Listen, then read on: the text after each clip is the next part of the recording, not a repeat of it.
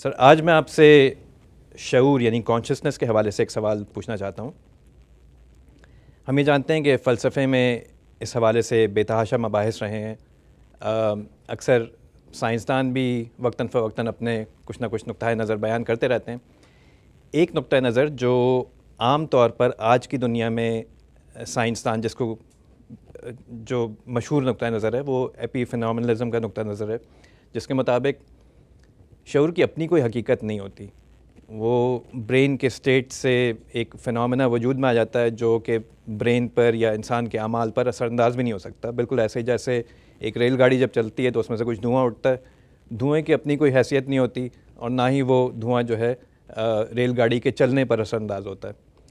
تو آج کے اس دور میں جب ہم کمپیوٹرز کے ذریعے آرٹیفیشل انٹیلیجنس کریٹ کرنے میں کامیاب ہو گئے ہیں، کچھ ایسی مشینیں ہم ایجاد کر رہے ہیں جو باشعور معلوم ہوتی ہیں، تو یہ ایپی فینومنلزم کا جو نقطہ نظر ہے یہ کچھ تھوڑا سا اس کے اندر کچھ ویٹ نظر آتا ہے. تو میں یہ جاننا چاہتا ہوں کہ آپ اس پوری بحث کو کیسے دیکھتے ہیں اور آیا کہ ہمارا دین اس بارے میں کوئی رہنمائی کرتا ہے کہ نہیں؟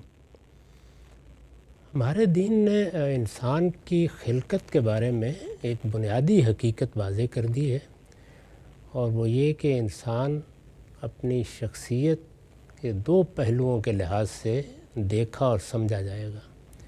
ایک اس کا قالب ہے، یہ حیوانی وجود ہے. ٹھیک ہے. اس میں کچھ جبلتیں ہیں جن کے تحت یہ زندگی بسر کرتا ہے، جس طرح دوسرے حیوانات زندگی بسر کرتے ہیں. یہ حیوانی وجود مادی ہے، اسی زمین سے تیار کیا گیا ہے.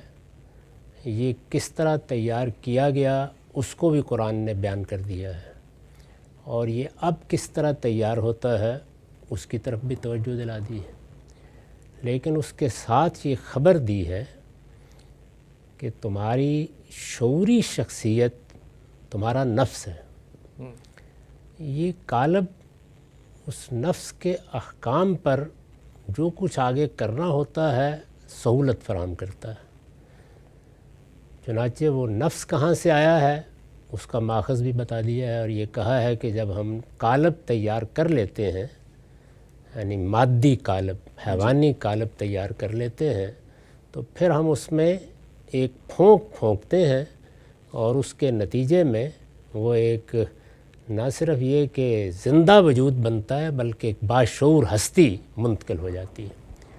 اسی کے بارے میں یہ کہا ہے کہ جب تمہاری موت آتی ہے تو یہ مادی قالب تو یہاں رہ جاتا ہے، اس کو اٹھا کر مٹی کے سپرد کر دیا جاتا ہے.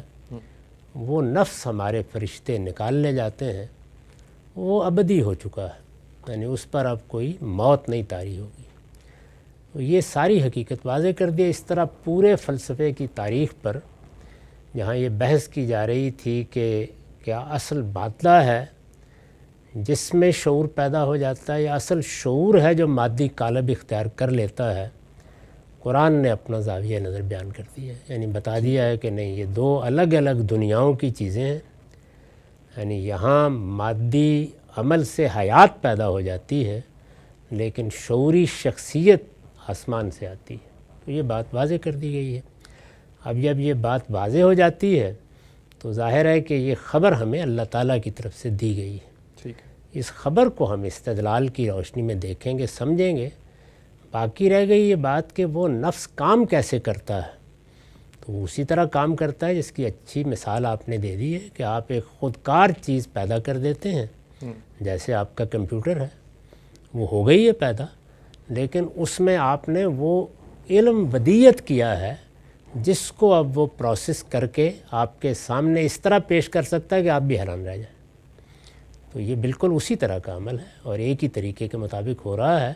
لیکن یہ کہ جو کچھ آپ نے بنایا ہے اس میں بھی وہ دونوں چیزیں موجود ہیں. اس کے پیچھے ایک علیم و حکیم خالق ہے، وہ آپ ہیں، آپ نے تخلیق کیا ہے. اور دوسرے یہ کہ اس علم کے تمام مواد اس نے کہیں سے نہیں لیے، وہ آپ نے دیے اس کو. پہلے اس کے سپرد کر دیے ہیں، اب وہ ایک خودکار چیز ہے. یہاں تک کہ آپ بھی اس کو دیکھ کر حیران ہو کے پوچھتے ہیں کہ یہ تم نے کیا کر ڈالا ہے. تو میرے خیال میں خود اللہ تعالیٰ نے انسان کے تخلیقی عمل کے ذریعے سے ایسی غیر معمولی چیزیں ایجاد کرا کے یہ بتا دیا ہے کہ ہم کیسے کام کر رہے ہیں۔ واہ، یہ بہت ہی اچھا نقطہ آپ نے اٹھایا۔